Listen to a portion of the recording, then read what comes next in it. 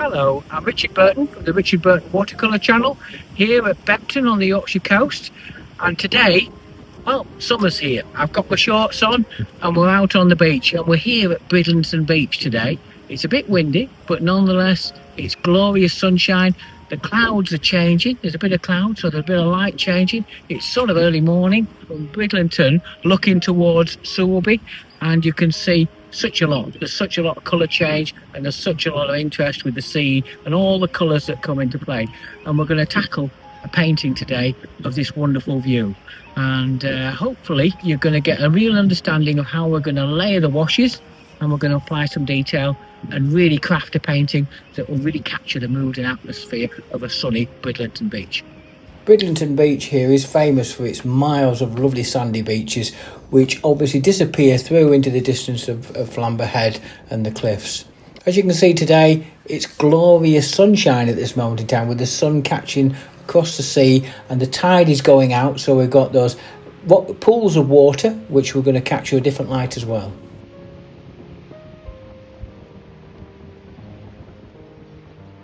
So the first thing is to establish the composition with the sketch. The first thing I want to do is establish the horizon line. It's a balance between the sky and the sea and the land, which I'm setting a little bit over halfway.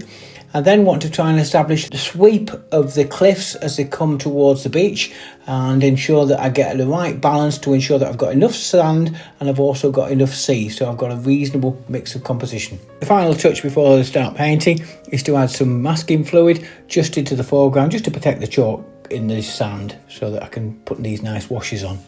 Now onto the sky, and the sky is going to be a big sky, and I'm going to start by wetting the sky, making sure that I've got plenty of moisture in the paper because it's really windy today, and that's going to dry the paper up quite quickly. I'm then going to put some yellow ochre, soft yellow ochre wash, followed by some blues, establish the blues in the sky to get that feeling of light and brightness in the sky, and they're going to be ultramarine blue and a bit of Prussian blue.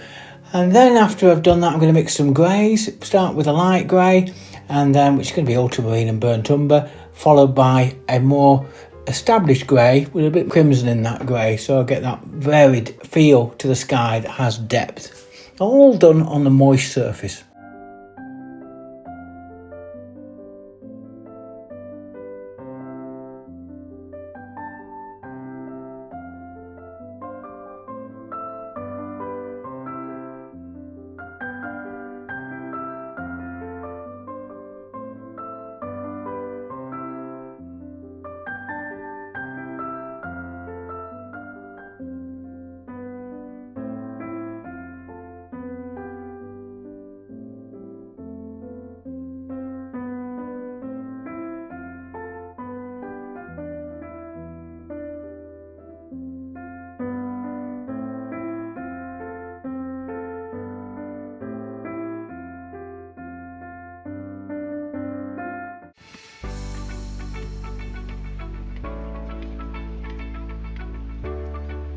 Okay, once the sky is dry, which is drying quickly today, I'm going to add a warmth to the cliffs in the background, which is going to be essentially raw sienna and yellow ochre.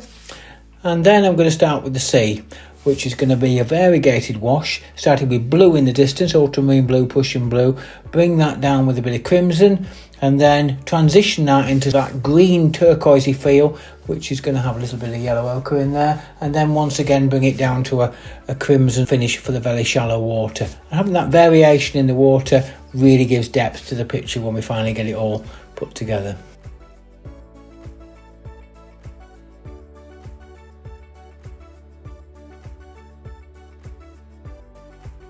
I'm now going to flow on from the water into the sand, and I'm going to start that with a pale wash of alizarin crimson and yellow ochre, which I'm going to bring down the paper, gradually swapping through the paper with strengthening the colour as I come through. And then obviously I want to try and capture a richer colour in the foreground, and that's going to be done by essentially using the same mix but adding a little bit of burnt sienna in parts. I'm also conscious of this drift of dark in there, which is sort of a different mix of stone and shingle, and I'm going to add some crimson into there to get that feeling of variation in the sand as it comes to the foreground.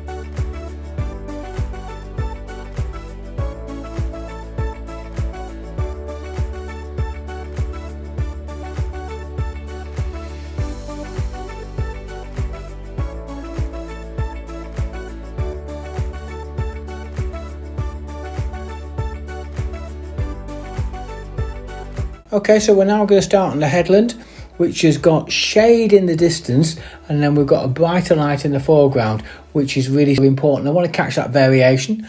So in the distance, it's going to be more transparent grey greens, which are going to be ultramarine blue, cobalt blue, and a touch of raw sienna in the distance, and probably a little bit of raw umber, but just bring that through. As I come into the foreground, I'm going to now introduce burnt sienna and yellow ochre and try and capture that warmer cliff tops and those feeling of heat on that area, because I want to get that variation. It will really give some depth as I look into the picture.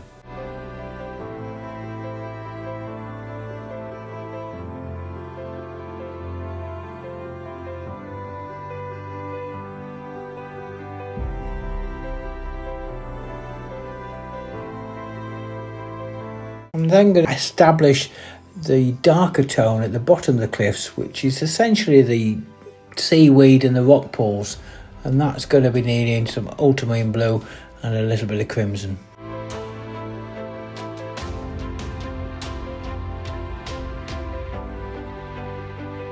Okay, so we're sort of at an interesting stage. It's getting really quite dark, quite overcast. It's affecting the light, everything's becoming very dull. So to be honest, what I think we're going to do now, we're going to take a pause, we're going to go back to the studio, and we're going to look at our material that we got earlier and try and capture it using the material from earlier and go back in the studio. Always the case with plein air, you've just got to adapt to the conditions. Unfortunately, I don't want to paint a dull day. I really want to give them sparkle and light to the colours, and we're just going to have to go inside. So, back to the studio. Okay, so here we are, and we're back having a look at this. And you can see, just looking at the sky, and it looks fairly flat, it looks a bit dull, particularly when you compare it against a reference photograph that we took in the morning. You've got that more vibrancy in the sky, and I really want to capture that feeling. So what we can do here is to revitalise it, and it's a good example of that when we're not quite happy. So what we're going to do, we're going to re-wet the sky, we're going to add some nice warm yellow ochre, which will give that warmth to it, and then we're going to re-establish the blues and give that feeling of vibrancy to the sky. So we're going to re-establish our ultramarine blue and a bit of cobalt blue, and then we're also going to add in some Prussian blue near the horizon. And it's all in all, it's a good example of how you can sort of change a sky that you wasn't quite working, and all is not lost just because you've put your colours on and you think that's it. Actually, you can do a lot of change and a lot of alteration. And as you can see from this, already we're establishing a much more vibrant sky that's got life, it's got that feeling of colour, and it's all together, it's a nicer backdrop for this painting.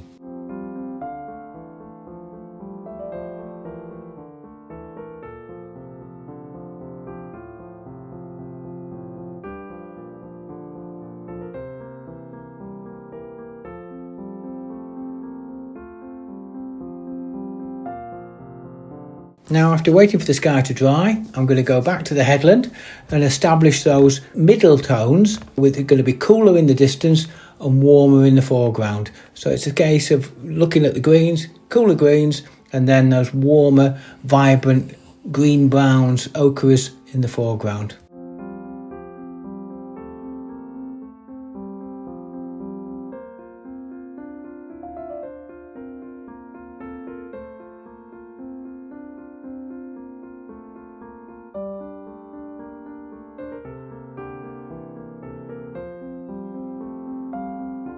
I'm now going to do the same thing with all the trees on the headland, which you've got the distance, you've got a blue feel and a distant feel to those transparent blues in the distance, and then I'm going to bring those along into the foreground and have much more vibrant ultramarine blues, Prussian blues, and burnt siennas and darker greens all together in the foreground. So I've got that variation of green. I'm also going to silhouette a couple of buildings that we can see, and they'll be put in later on.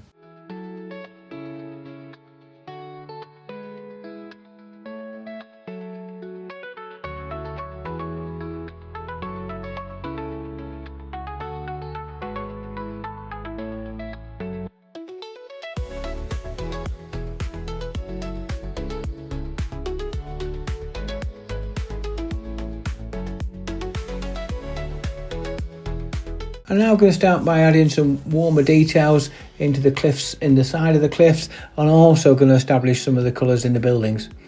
which will just start to give a bit of focus to the picture.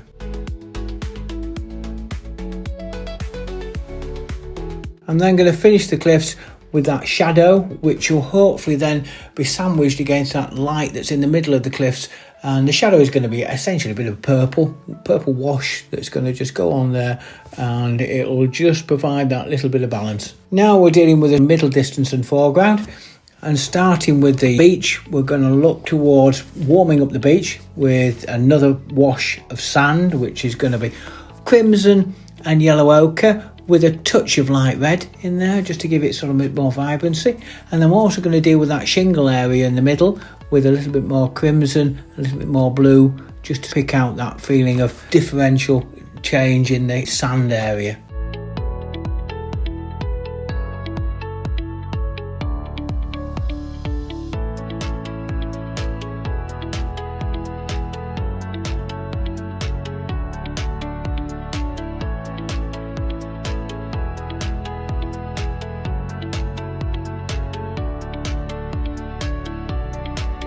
Okay, so now we're going to deal with the foreground. Well, that middle distance and foreground, particularly the greens.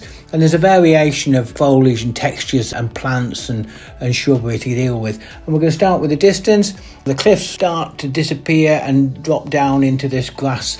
And this green to start off with is going to be Prussian blue and yellow ochre, which will just then bring forward in a light tone, and I'm probably going to change that by adding a little bit more ultramarine blue into it as we come into the foreground, and a little bit of lemon yellow just to give it a bit more vibrancy. While I bring that down, I'm also, particularly while it's still wet, I'm going to add a few darks into the greens just to give that texture and three-dimensional feel. And then as I come to the foreground, I really want those darks to have a much more vibrancy in them, and those greens to have more vibrancy, hence why there's going to be much more Prussian blue, yellow ochre and lemon yellow in the mix.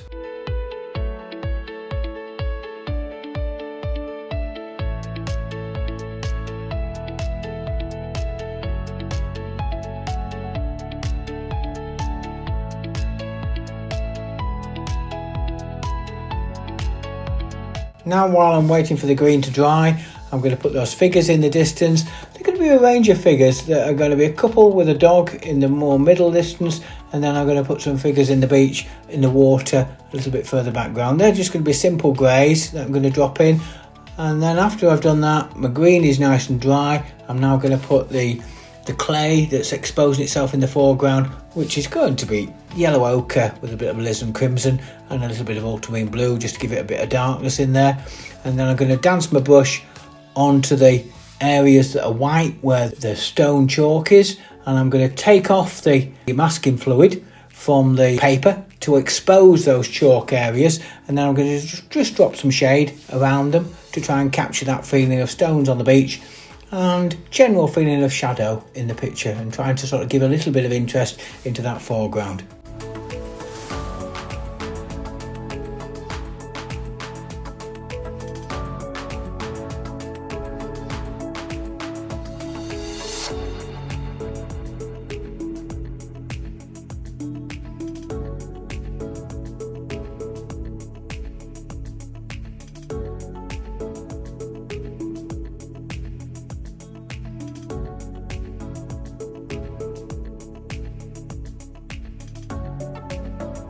Then establishing and dancing the brush around, just picking up some of the darks, looking for a bit of balance here and there. Essentially, we've got a finished picture, and I think hopefully we'll have caught that feeling of warmth that we're after.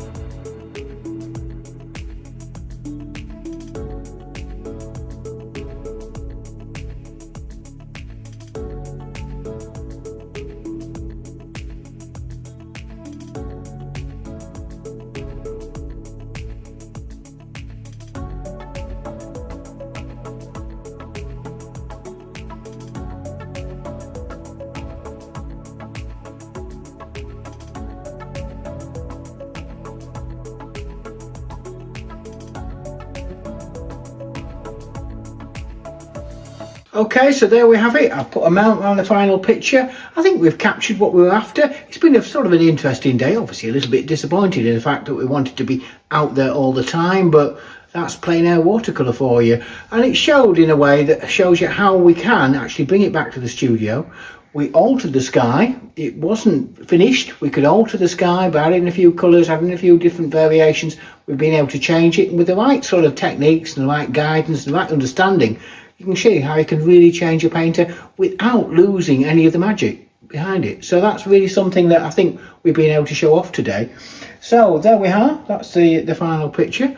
I hope you enjoyed that. Now don't forget, before we finish, in the link below there's our new watercolour guide, which is yours for free. All you need to do is click and link and download it. That's totally yours for free. It's 6 steps, just to get you 5 steps actually, just to get you into the watercolour, that will take you through the basics of watercolour, and you'll find that, hopefully find that really useful. And don't forget also to please, if you like these, like and subscribe. That gets us picked up by the wider algorithms and it gets out to a wider audience, which is really important.